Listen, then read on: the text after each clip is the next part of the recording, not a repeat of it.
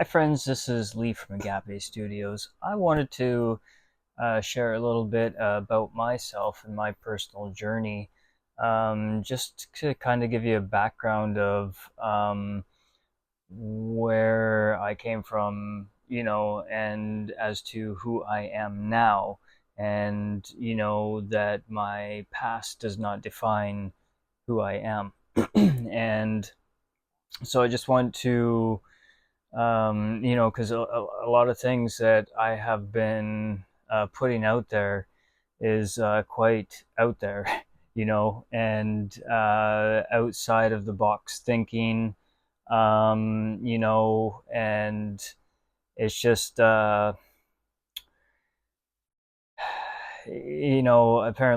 maybe I've been losing some friends over some of the things that I've been talking about in my discovery of my studies, and I've been called a lot of names, satanic,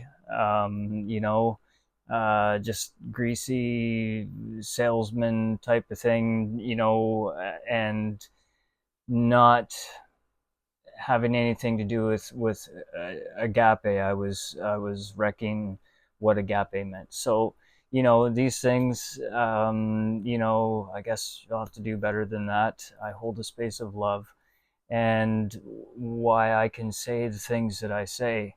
And I never thought in a bazillion years that I would ever. Some of the things that come out of my mouth now, it's just, you know, I can't believe that I'm saying some of the things that I'm saying, but because of where I came from. So that's why I wanted to share a little bit of where this all started for me. So I was one of those young kids, right, from diapers, young boys, teenagers, and young man who was knocking on your door every Saturday morning, Sunday, whenever, disturbing your peace about the good news of the kingdom, and so that was my childhood. That was what I ate, slept, and breathed. I wasn't anything outside of identifying with that belief system, right? In this religious organization. So I grew up studying the Bible from pretty much from diapers to 37 years old, I suppose. A few breaks in between. So let's say 35 years. I studied Western Christianity, Bible, in this religion, and at the age of 14, I was in that organization. I became an ordained minister.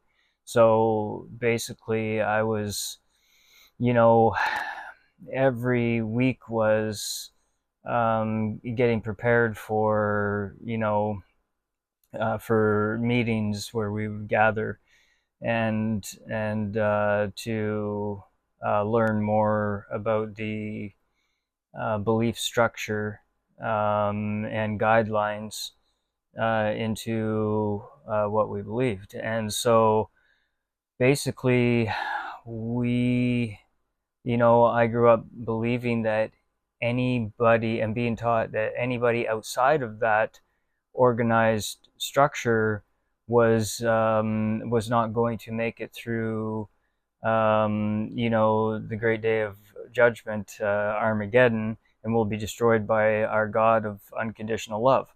And so, you know, this is what I just grew up with it, right? So it was just part of my story. So, don't judge.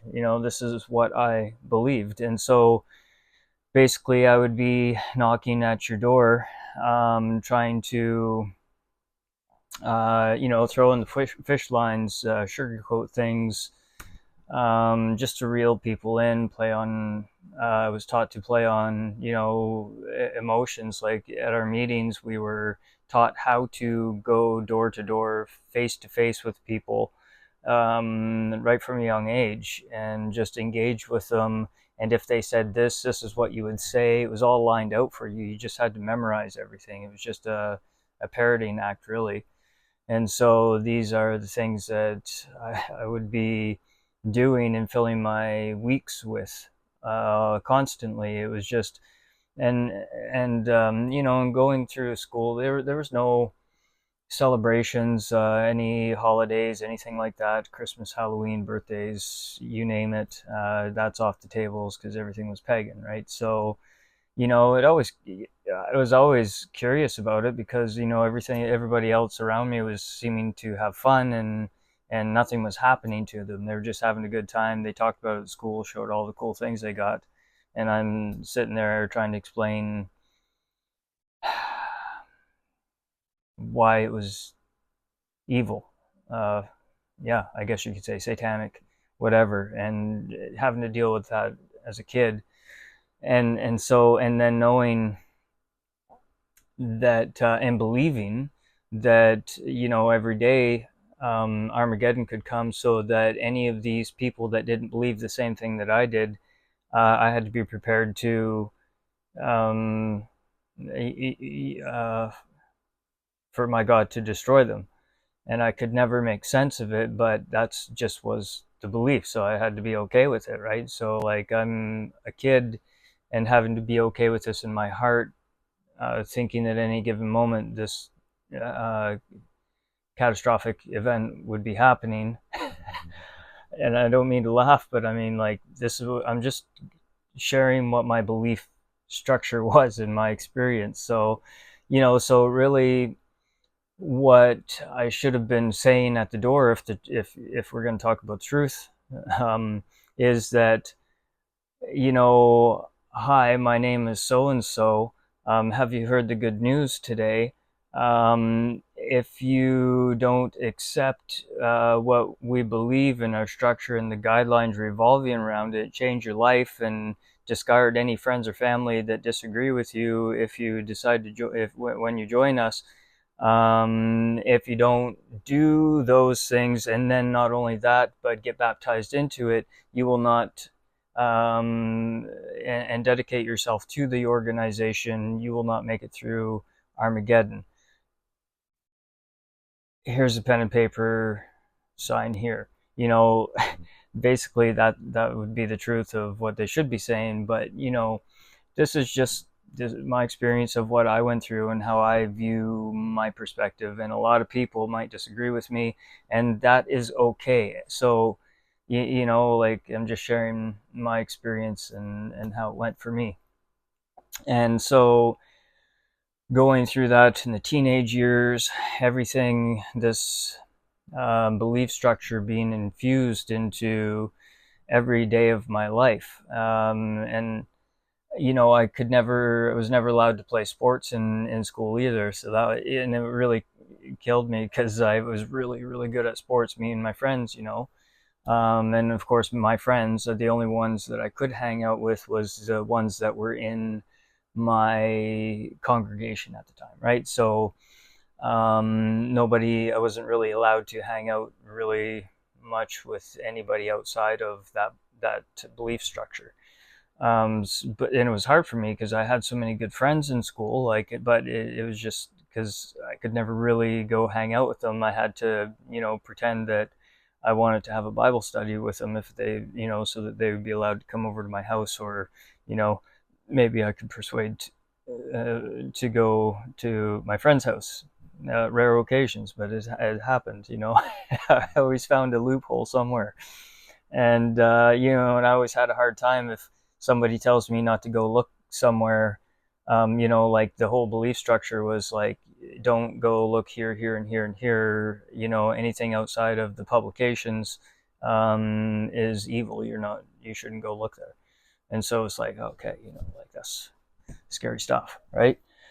Um, so anyway, typically I go look there, and then I always tried to hide it because I could never, But the thing is in my mind, and I might be rambling a little bit, but in my mind, it was always a war in my emotional state because in the back of my mind, I'm so curious and I want to go peek around on what I'm not supposed to, or even think of like, how is this, like even questioning, you're told not to question. And if you do, then, God will know what your heart is. And based on that, you won't make it through Armageddon and you'll be destroyed along with everybody else who doesn't believe. But so there was always a fear, belief. And so it's like, it was like always governing your thoughts because, believing that. It was very interesting anyway. So, so you can imagine what it was like going through school. So sports, right? Um, that's where I was going. I was never allowed to join any teams. I had my high school principal begging me to join the basketball team and the cheerleading squad asking me to join their team, and I'm like listen, you're gonna have to talk to my parents because you know I'm like I can't, what do you want me to do, I'm not allowed because it's oh yeah, bad association, that's what it was, spoil useful habits. 1 Corinthians 15:33. I know my Bible. Let me tell you what. That's one thing that you don't maybe know about me is even though it was just a version of the Bible, it was the same shit, different pile. And I don't mean to offend anybody, but that's just how you know, and there's value in it. Let me tell you, for all you non-believers, and let me. I went through atheism as well, and we're not there yet, okay? But so it was just funny, right? Because I'm trying. I never. It was always embarrassing. Okay, if I'm gonna be completely honest, like I had to wear a suit door to door and go face my schoolmates. Um, Growing up through childhood and teenage years. Oh, the feeling that would be in the pit of my stomach, just the of shame and embarrassment that they might know that this is my real life. This is what I believe, and I just didn't want anybody to know for the most part, I just wanted to just be quiet and just kind of blend in and be normal. And I just had to be brave enough because I had to watch my thoughts because I didn't want to. I just, I believed it in my heart. And so to push through those things into teenage years and then through adulthood, and be trying to preach and convince people is truth that in my heart, I guess I didn't necessarily really believe. There was questions, but at the end of the day, I couldn't question everything, so I would just shove it all down and not really talk about it, right? Because you can't bring that shit up.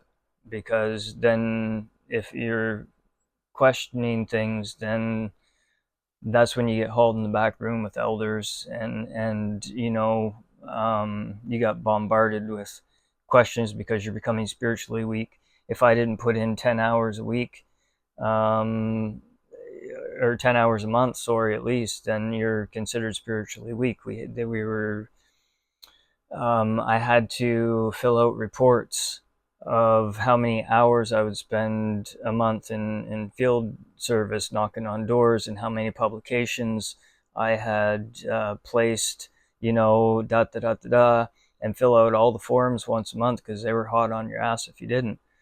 And so, then not only that is when we went door to door, many of you might not know, is we had to write down all of the information on you, everything, the description of your house, your address, who answered, male, female, the conversation, so that we could fill out like return visits and people who were interested. Do not invite us in for coffee because that's how you get them hooked, you know? So, anyway, I had a lot of good cake, cookies, and coffees in my life, let me tell you. But, it just kept me coming back, knocking at your door because we had to prove our spiritual strength by dedicating and preaching the good news, and we report to headquarters on it, right? So just to give you a glimpse of my life, and then fast forward a little bit in that belief structure into my adult life, marriage, having kids, and going through all of that is like, yeah, I wasn't ready for life, I guess you could say, because you're still in that bubble of anything outside of that belief structure. When I was in the workforce and everything, I was in the workforce since I was like 16. I went right full force into it, literally into construction.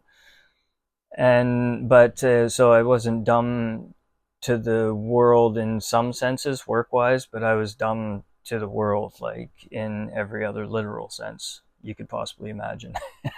Socially stunted, maybe. I don't know, but I faked my way through it. But whatever. Fast forward to now, where I'm saying these crazy things, and about going within, about love without conditions, the possibilities of this transition, in our outer experience, and how, like, and I ask myself, how the F did I go from there to here and everything that I'm saying? So I'm just giving you some background of, I just, I couldn't possibly fathom anymore the thought of that this is it.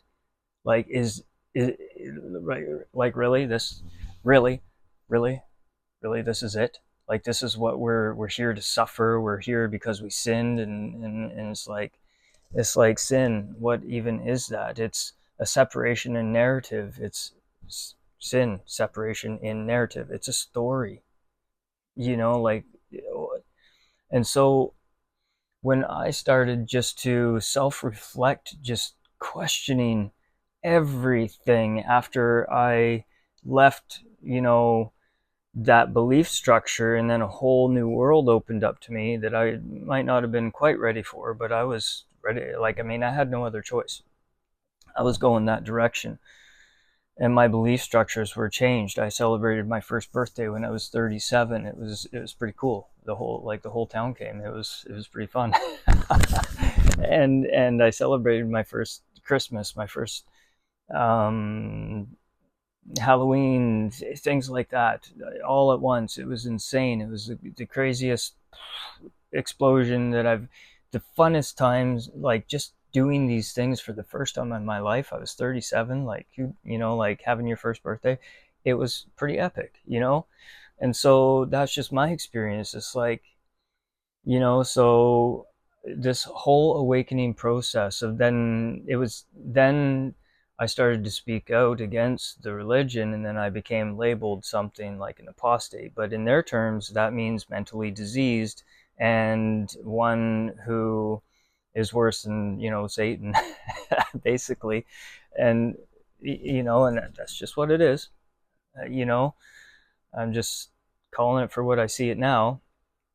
And so there was no going back. Like, after you're labeled that throughout the whole organization, like, everybody knows, like, and I didn't hide it by any means, because it's like, what, fuck it, I'm just I'm in it now, because I was just speaking out against something that didn't serve. It's like, okay, what is the definition of unconditional love? Okay, so I'm thinking, okay, so my God is a God of unconditional love, until you don't believe the same thing that this organization believes, and then you're on the shit list, and then condition here, condition, and now you're not gonna, your God's just gonna kill you. Like, and that's just that. Okay, this is what I believed. And it's hard to talk about. Okay, I don't talk about this much anymore. Like, I don't open up about this, but here it is. Here's my experience and how I healed from it. This is the whole point of this. And so Um, so, okay, so in that explanation of what my belief structure was and who my God was, where does unconditional or love without conditions, unconditional love, fall into any of that you just told me was a God of unconditional love until I believe something different, and then I'm worse than Satan all of a sudden. I'm mentally diseased because I believe something different. And that just doesn't sit with me at all. Like, are you kidding me? So now I'm worthless. I've sinned to the degree that there's no hope for my soul ever to attain everlasting life. Okay, okay, that's a lot to take. When so basically every person that I've ever known and family members, everything, I am the opposite polarization. Like the magnets, you put the magnets together and they like repel each other. That's me. Like, you stay away from that guy. He is evil and his words are poison. Okay. So this is basically what goes on outside of myself in, in my experience. And so, but that's not what I'm about, because then I'm like thinking, what is unconditional love? Like, and I went through atheism too. And I'm like, after I left and then my belief structure, I'm like, you know what? I'm done with God. What even is that? But I was still perceiving and defining God as in the same structure, belief structure of Christianity, and the way that they twisted all the shit and left all the good stuff out of the Bible, that would have helped us along our spiritual journey. So the things that the church don't want you to know, is what they all left out. And that's kind of what I then started diving into, and I was told that, my whole life, that yoga, that's evil. You do not go there. That's Satan. That's demonic. The demons will attach to you. Scary shit, right? So, well, Angela, after we got together, that's another story. She's like, hey, you want to go do yoga? And by this point, I'm like, well, yeah, why not? Like, I mean, I was told not to go there, so I'm going to. This is why I had my birthday, Christmas, all this first stuff. I was told not to look there. I went full force in looking at everything I was told not to look at. And I went like in a hurry, like 37 years old, and I'm doing everything for the first time in my life. Okay. Angela went through it all with me. It was pretty wild. So, yeah, so, and so I'm starting to then start to transition in this. Angela started learning and taking holistic nutrition. She became a certified holistic nutritionist. I was paying attention.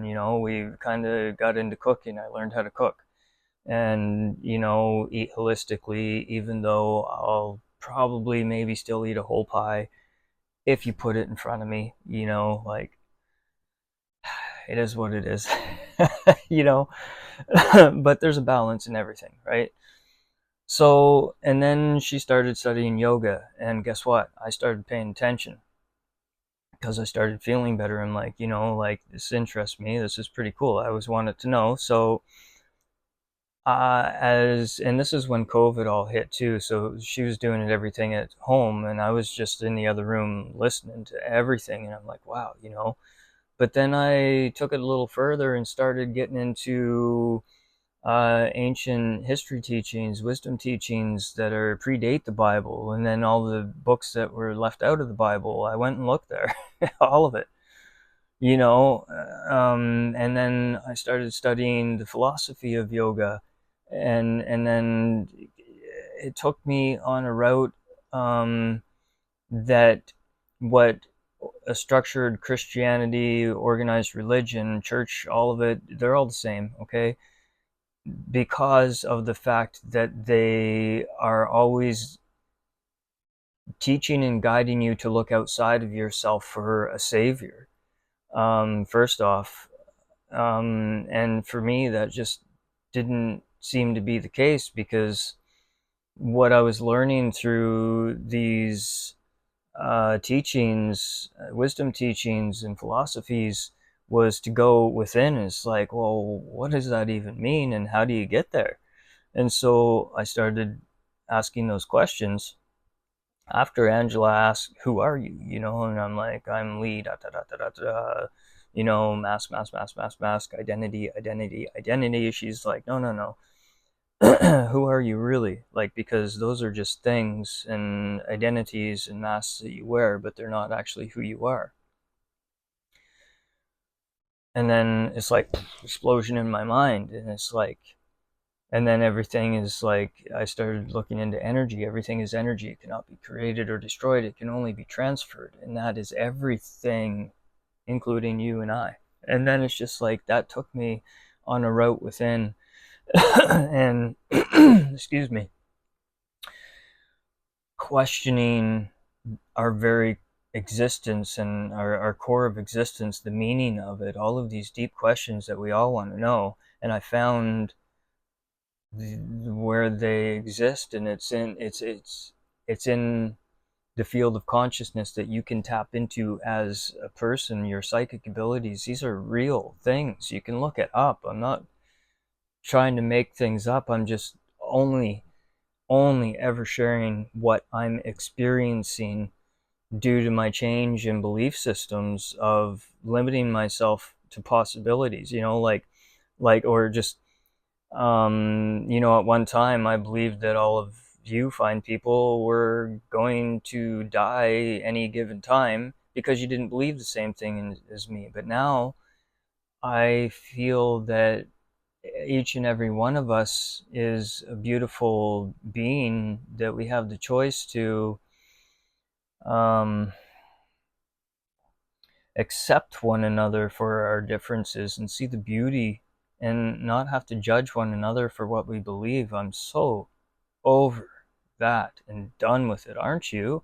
I'm sick and tired of being sick and tired. I'm sick and tired of not being able to have a conversation that differs in opinion, and then having a whole blow up of emotional, like, whirlwind tornado of people taking offense of things and getting upset over a difference of opinions. And I'm like, whoa, where did that even come from? So that's why I don't talk about things that promote polarity and separation between us. We're each and every one of us a beautiful human being, no different from one or the other, regardless of what you look like, or even what you're doing. We're here um, learning, processing. And when we start to accept and not judge one another, but we begin to promote healing, we begin to promote love without conditions. Like, that's all I'm saying. That I lived in a world where I was taught about unconditional love, and then lost it all. And I'm still alive, but I'm viewed as dead. And it's like, how do you heal from that? That was my question. And that's the answer that I found. And I found it at heart center within myself, to love myself first. Put on your own oxygen mask first. Fill your own cup. Find love for who you are. Step into the version that you truly want to be by making those small choices to be that version of yourself. Raise your vibration. Do what you love. This is what I found. This is the only thing that I'm saying, because it only changed my experience outside of myself quickly, in a hurry. Only by doing what I love, by choosing love, to choose to love myself, to find that I've experienced abandonment outside of myself. I've experienced love with a great deal of conditions on it. We love you, but condition, condition, condition. You believe it's different than us, so we can't have anything to do with you. You'll have to come back to our God of unconditional love before we can love you. So, and that's just my experience. That's what I've experienced. And so I know that there's a difference, something that we can choose different. And it's not anything outside of yourself. It's not a savior that is coming to save you from your own emotional state of being. It's all on you. That's what I found. It was all on me. It was me who had to see that it was me who was creating my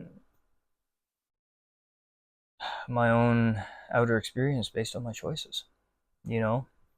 And when I stepped out of fear and into courage of challenging those beliefs and pushing through all of the circumstances that came with it, all the dark nights of the soul, and still be okay with it, to be okay with the things that have left my experience, knowing that and seeing why I chose to experience those things, why I needed to go through those things. I started to ask myself, why did I choose this? Not why did this happen to me? And then when I did, it was a moment of self-empowerment of like, holy smokes, like these things have led me to believe that I'm worthless, but is that true? And the answer I kept getting is no, that's not true. We're all worthy of love, but we have to choose it for ourselves, and we have to see and hold ourselves in the same value as creation holds us. And so then I asked myself in all of my studies, what is God?